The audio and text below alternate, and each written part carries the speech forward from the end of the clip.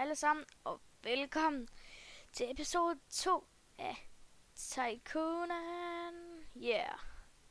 Vi er tilbage med en ny video, og det er episode 2, så det er meget dejligt. Og jeg tænker ikke, I vil se på 50 minutter lang video, eller en time lang video, så vil I nok hellere se 2 episoder med, der er 20 minutter lange. Så ja, så splitter vi den lige op, fordi det vil nok være den mest smarte idé, fordi ellers så... Ja. Ja, eller spole rigtig meget i videoen. Ja. Og det gider vi ikke have, det skal gøre. Nej, det vil vi helst ikke have, gøre. Nej. Kan du lige fortælle, hvad den som du lige købte, gør? Jeg kan faktisk ikke huske, hvad den gør. Det er en snetryllestav. Jeg ved ikke, hvad den gør. Den gør ikke en skid. Nå, vi har købt noget, der ikke gør en skid. Ja, 4.000 ud af vinduet, men vi kan ikke købe flere stave før det. Så. Hvis I også det er sjovt, så skriv det ned i kommentaren, om det er sjovt. Nu har jeg lige købt en meteor. Så. Nå, kommer meteor ned. Ja, nok kan jeg lige se det. Ja, de skader psykopatisk, men de skader sig ikke på os to, fordi vi er på samme team.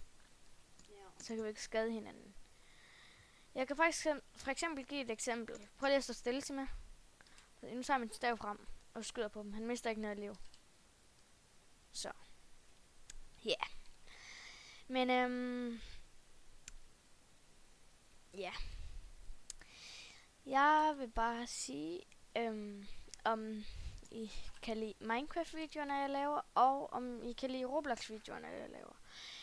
Der kommer også LOL-videoer, som jeg har sagt. Ja, så det kan I skrive ned i kommentaren, om I kan lide det. Så ja. Jeg er derude lige meget få 2 sekunder. Så overtager jeg lige videoen i nogle par sekunder.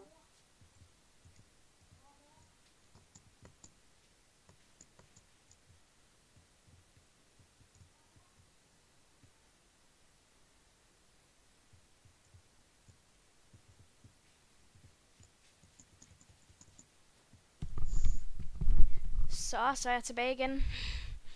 Det var bare lige, da jeg kom ind på besøg, så skulle jeg lige sige, at de lige skulle tie stille, så det ikke irriterede jer derude. Fordi jeg kan ikke lukke døren ind til mit kontor. Nej, yes! Det her, den kan jeg rigtig godt lide. Det er nok min yndlingsstav. Simon, kom lige. Simon? Hvad er det for en stav? Nej. Og så kan jeg lige irritere endnu mere med at gøre det her. Hack. Jeg ved ikke, hvordan det kom ud, men... Easy report. Er det hack, eller hvad er det? Skriv det ned i kommentaren. Og hvis der er mere end 5 personer, der skriver ned i chatten, at det er hack, så reporter jeg ham til Roblox. Altså til egen af Roblox, så måske han bliver bandet. Men ja. Så må vi jo se, om der kommer mere end 5 kommentarer med, at du hacker. Så I skal bare skrive det ned i kommentaren, I skal skrive. #SimonHacker. Så. Ja. Så. Ja.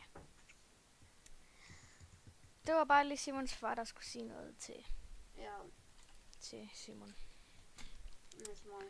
At han lige skulle over hjælpe med noget. Ja, med sin nabo.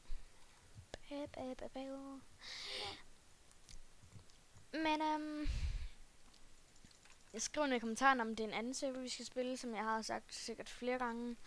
Men der kommer i hvert fald også en video med Prison, hvor vi er inde på Prison. Inde på Prison Live V2, tror jeg det hedder. Og så kommer vi også til at spille inde på Work at Pizza Place. Og vi kommer også til at spille inde på Modern Mystery 2.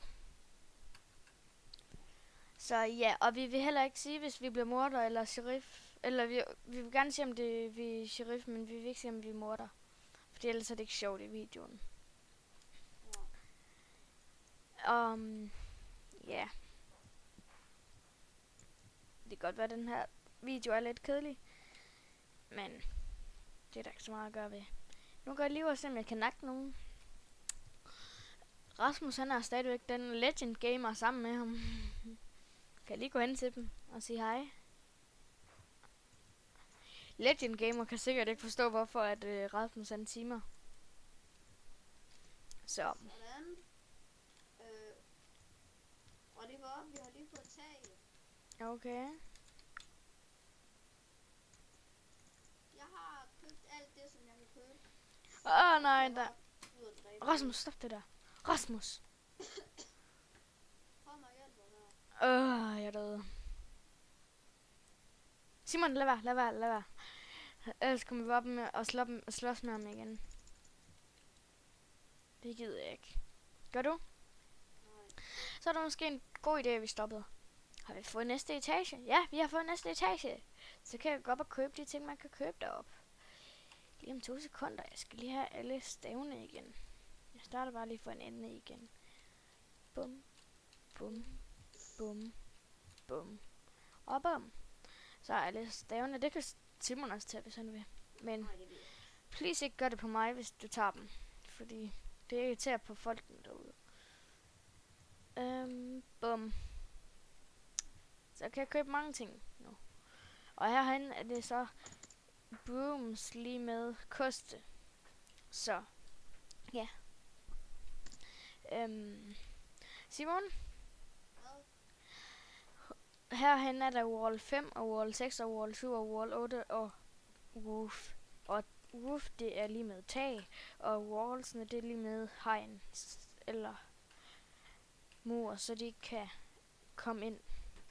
Fordi når man flyver på en kost, når man er på en kost, så selvfølgelig kan man flyve, så kan man flyve derover for eksempel. Og de irriterer rigtig meget dem der. Så please lige lad være med det der. Ja, jeg har lige irriteret dem med at kaste is i hovedet på dem. Ja. Så rører det ned på mig i stedet for. Og så kommer jeg til at bruge mig selv inden, fordi jeg helt glemt, at den... men jeg kunne bukke mig over, fordi der var det der meteorer hernede. Men jeg kommer til at gå ind af Simons der, så er jeg døde. Så tager jeg bare mine ting igen. Altså min tryllestav. Og det går jo ikke, at folk kommer herind, fordi så kan de tage vores stave. Altså herhenne. Selvom der er uendelige af dem. Men jeg gider bare ikke at have. Jeg tager de nogle OP-stave. Hvis det så lige er begyndt. Ja. Der er 2 stave tilbage, og den til 50.000, den giver ikke en skid, kan jeg huske. Det er bare sådan en, der laver lyn, men i virkeligheden sker der ikke noget andet. Ligesom den her, hvor det bare kom sådan der op i luft, op i toppen. Eller kom der noget? Der kom faktisk noget, Simon. Prøv lige at blive stående der, Simon. Gå lige ned mod stavene. Jeg siger stop. Stop. Den gør faktisk noget. Skader den der? Nej. Nå ja, fordi vi er på samme team eller hold. Men vi kan købe den der næste, så den køber jeg bare. Hvad gør den?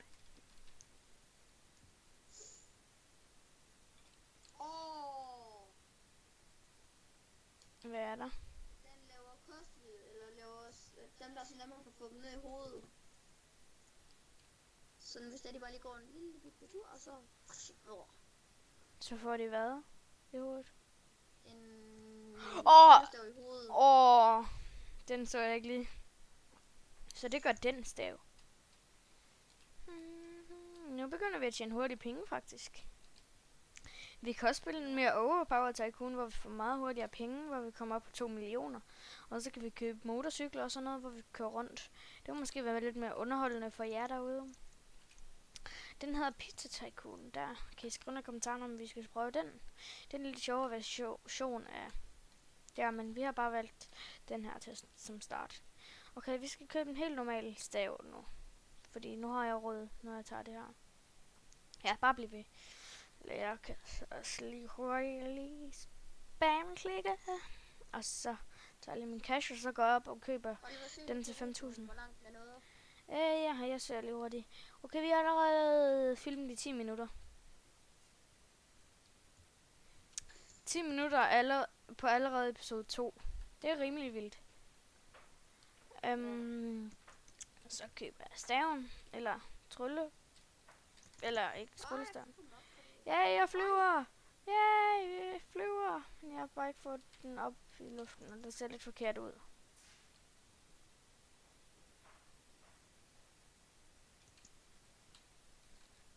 Okay, så jeg er sådan der.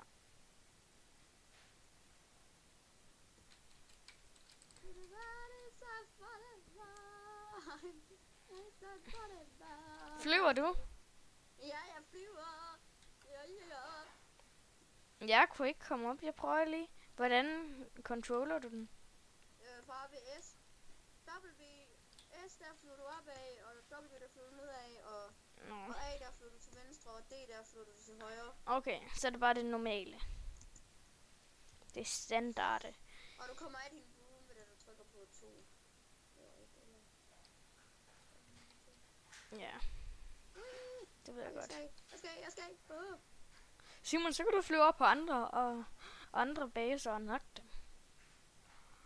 Det vil jeg lige gøre. Men jeg glemte at tage min stav. Nice nok, så går jeg lige op. Eller ikke stav, men kost. Hvis jeg kommer til at sige stav, og så er det fordi, jeg mener kost. Hvis jeg glemmer at sige, at det... Så har vi den. Jeg skal ikke lige bruge den endnu, men nu går jeg lige ud. Hvis jeg går ind i Simons dør igen, så nakker jeg ham. Jeg flyver ind i vores egen slot. Prøv lige at se mig, jeg flyver her. Jeg flyver også, tror jeg, I guess.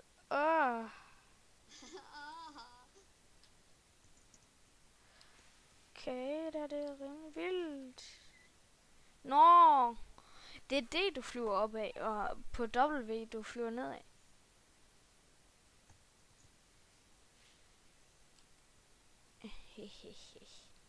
Nu flyver jeg ned. Til undsætning. Nu flyver jeg hen mod Rasmus. Eller det skal jeg til nu. Måske er det her lidt mere sjovt for jer at se. Holy shit, de købte mig der. Eller hvad? Når der er mistet, det er lige en masse ting. Så flyver vi lige igen.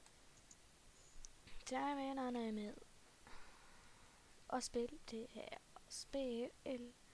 Når der ikke er 2 på Rasmus' ting, så er det rimelig rip for ham. Hej Rasmus. Hej Rasmus i bananer. Og Rasmuserne. Og Rasmus. Hvorfor gider den ikke? Og Rasmus. Det er ikke mig. Du skal ikke tage det seriøst, som det er mig. Nå, Rasmus. Nå, det var tæt på. Nej, fuck.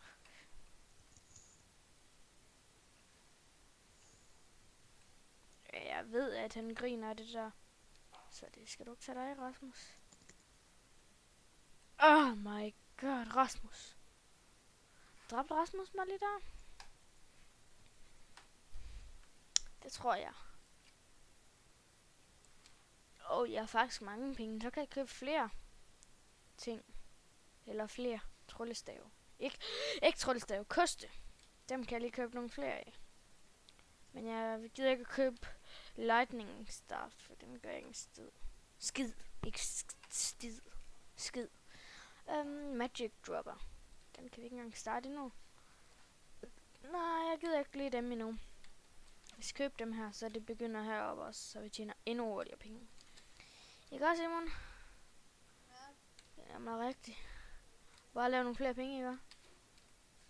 Bare kan lave nogle flere penge. Troll. Men, ja.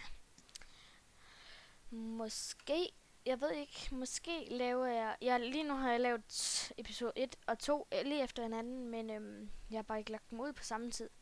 Men så måske kommer der så til at være en Minecraft video imellem, eller inden en af dem, eller efter begge. Men husk at like og subscribe, og skriv ned i kommentaren et eller andet, bare et eller andet, det er lidt meget, et eller andet fornuftigt, eller at jeg skal spille det der spil, eller sådan noget. Men hvis der er kun en, der gider at se det, så spiller jeg det desværre ikke. Der skal minimum være 20 visninger på det spil, hvis det koster noget. Og hvis det ikke koster noget, så er det lige meget. Bare, så skal der mindst være 3, der vil se det. Så skal der mindst være 3 visninger. Så ja, der er lige en lille skalle, I skal gøre, hvis I vil se noget mig spille. Af et eller andet, eller se et eller andet episode af et eller andet, eller video af det.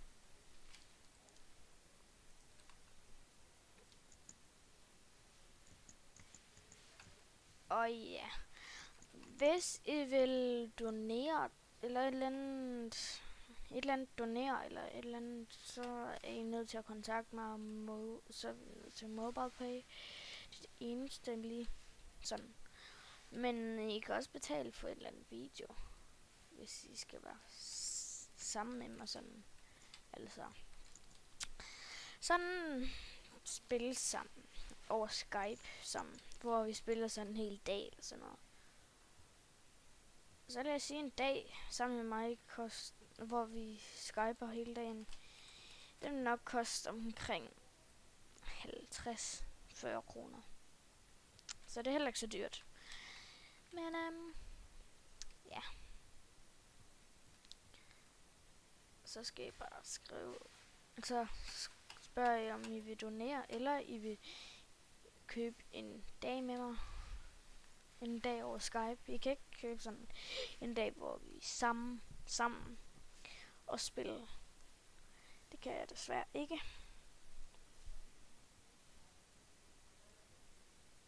Men ja. Så er det bare lidt med at tjene nogle hurtige penge. Selvfølgelig, penge det er altid godt i spil og sådan noget. Og in real life og sådan noget. Så jeg ved ikke hvorfor. Nogle gange når jeg kommer herop af stigen, så hopper jeg op på det der tag her. Deroppe. Når jeg røg ned i bunden igen. Jeg troede jeg var oppe sådan, som der var 3 etager. Jeg var lidt forvirret der. Se, der røg jeg op igen.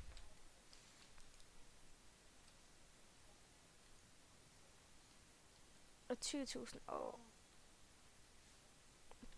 Måske kommer der en episode 3, fordi det her, den var allerede næsten 2.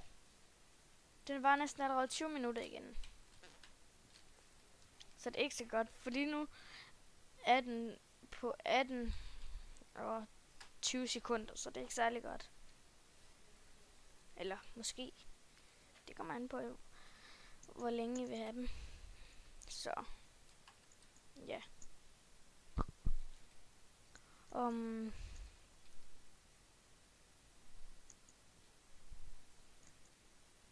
Så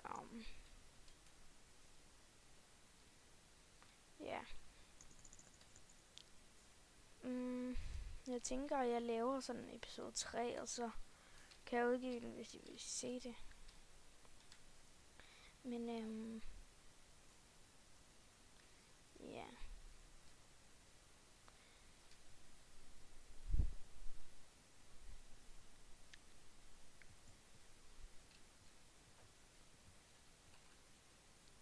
Så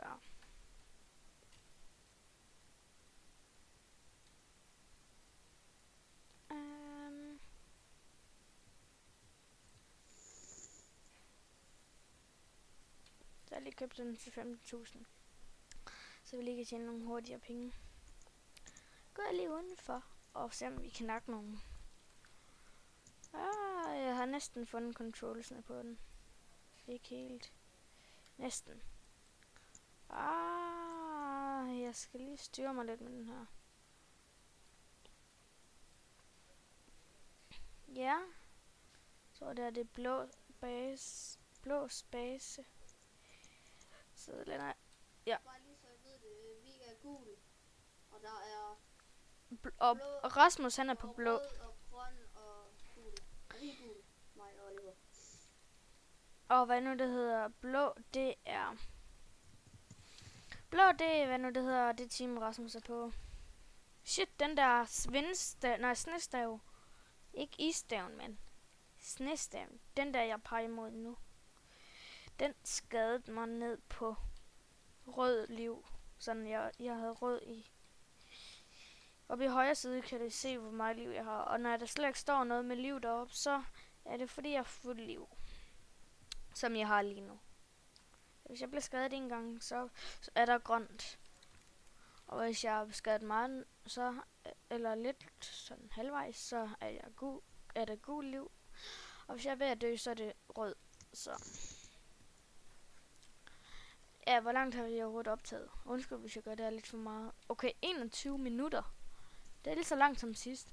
Jeg tror, vi skal til at slutte af og lave episode 3. Ja. Simon, vi mødes op på den her dims. Den der dims her. Ja.